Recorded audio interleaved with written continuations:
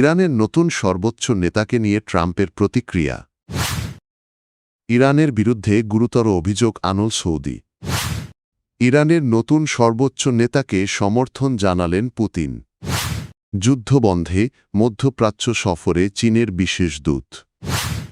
যুক্তরাষ্ট্রের president Donald Trump বলেছেন, ইরানের নতুন সর্বোচ্চ নেতা হিসেবে মোজতাবা খামেনেই নির্বাচিত হওয়ায় তিনি সন্তুষ্ট নন। নিউ ইয়র্ক পোস্টকে দেওয়া এক সাক্ষাৎকারে ট্রাম্পে মন্তব্য করেন, মোজতবা খামেনিকে নিয়ে ভবিষ্যৎ পরিকল্পনা সম্পর্কে জানতে চাইলে ট্রাম্প বলেন, আমি এখনই কিছু বলবো না, তবে আমি তার ওপর খুশি নই। ইরানে মার্কিন স্থলসেনা মোতায়েনের সম্ভাবনা সম্পর্কে তিনি জানানে বিষয়ে এখনও কোনো সিদ্ধান্ত নেওয়া হয়নি। এর আগে মার্কিন ইসরায়েলি বিমান হামলায় ইরানের সর্বোচ্চ নেতা আলী খামেনেই নিহত হওয়ার পর নতুন সর্বোচ্চ নেতা হিসাবে মোজতবা খামেনির নাম ঘোষণা করা হয়। রোববার দিবাগত রাত ৩:৩০টার দিকে ইরানের রাষ্ট্রীয় সংবাদ মাধ্যম জানায় দেশটির ৮৮ সদস্যের অ্যাসেম্বলি অফ এক্সপার্টস মোজতবা খামেনিকে নতুন সর্বোচ্চ নেতা হিসেবে নির্বাচন করেছে। ১৯৭৯ সালে ইসলামী প্রজাতন্ত্র প্রতিষ্ঠার পর এই পরিষদ মাত্র দ্বিতীয়বারের মতো নতুন নেতা নির্বাচন করল। উল্লেখ্য, মোজতবা খামেনি কোনো উচ্চপদস্থ ধর্মীয় নেতা নন। ২০১৯ সালে যুক্তরাষ্ট্র তার ওপর নিষেধাজ্ঞা আরোপ করেছিল। সৌদি আরব অভিযোগ করেছে ভিত্তিহীন তথ্যের ওপর ভর করে ইরান হামলা চালাচ্ছে। সোমবার আল জাজিরার এক প্রতিবেদনে বলা হয়েছে, সৌদি সরকার জানিয়েছে তাদের ভূখণ্ড থেকে যুদ্ধ বিমান ও জ্বালানি সরবরাহকারী বিমান সরাসরি যুদ্ধে অংশ নিচ্ছে বলে যে অভিযোগ ছড়ানো হয়েছে তা সম্পূর্ণ মিথ্যা। এক বিবৃতিতে Saudi ministry of foreign affairs জানায়, ইরানের পক্ষ থেকে দাবি করা হয়েছে যে সৌদি আরব থেকে যুদ্ধ বিমান ও রিফুয়েলিং বিমান উড়ে গিয়ে যুদ্ধে অংশ নিচ্ছে, কিন্তু এসব অভিযোগের কোনো ভিত্তি নেই।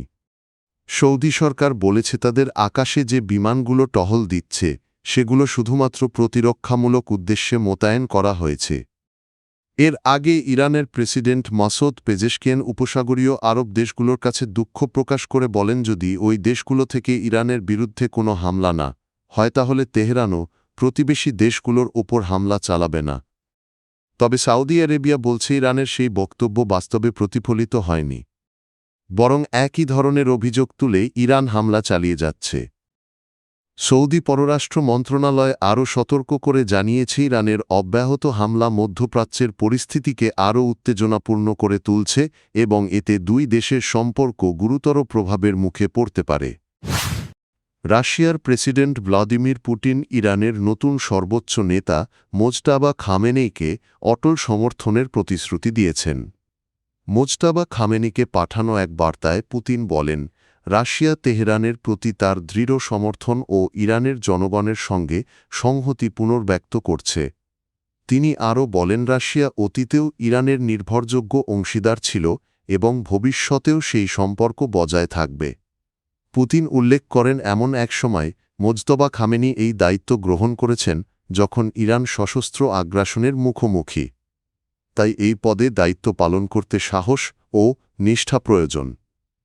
এর আগে যুক্তরাষ্ট্র ও ইসরায়েলের যৌথ বিমান হামলায় ইরানের সর্বোচ্চ নেতা আলী খামেনেই নিহত হওয়ার পর মোজতবা খামেনিকে নতুন সর্বোচ্চ নেতা হিসেবে ঘোষণা করা হয়। ৫৬ বছর বয়সী মোজতবা খামেনি ইরানের ইতিহাসে তৃতীয় সর্বোচ্চ নেতা। দেশটির প্রেসিডেন্ট মাসুদ পেজেশকিয়ান তার নিয়োগকে জাতীয় ঐক্য জোরদারের একটি গুরুত্বপূর্ণ পদক্ষেপ হিসেবে বর্ণনা করেছেন। এর আগে আলী খামেনি প্রায় ৩৭ বছর ধরে ইরানের সর্বোচ্চ নেতা হিসেবে দায়িত্ব পালন করেছিলেন। তার বয়স হয়েছিল ৮৬ বছর। মধ্যপ্রাচ্যে চলমান উত্তেজনা ও সংঘাত কমানোর আহ্বান জানিয়েছে চীন। চীনের বিশেষ দূত ঝাই জুন সৌদি আরবের পররাষ্ট্রমন্ত্রী ফাইসাল বিন ফারহান আল সাউদের সঙ্গে বৈঠকে এই আহ্বান জানান।